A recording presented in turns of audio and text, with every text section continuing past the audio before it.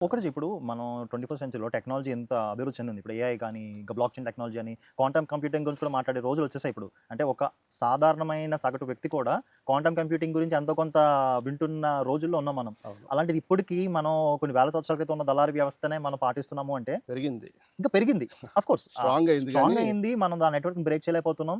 మరి అదే అంటున్నా. అంటే దళారుల పర్స్పెక్టివ్ మనకు తెలీదు. మనం ఎక్కువ కామెంట్ కూడా చేయలేము. మేబీ అవును. వాళ్ళ పర్స్పెక్టివ్ వింటే వాళ్ళ చెప్పే ప్రాబ్లమ్స్ వాళ్ళు చెప్తారేమో. ఉంటాయి. ఉంటాయి. అది వాళ్ళవే కాకుండా ఉంటాయి. అంటే కల్ప్రిట్ ఇక్కడ ఎవరు అనేది మనం పక్కన పెడితే, మనం టెక్నాలజీని యూజ్ చేసుకోలేకపోతున్నామా?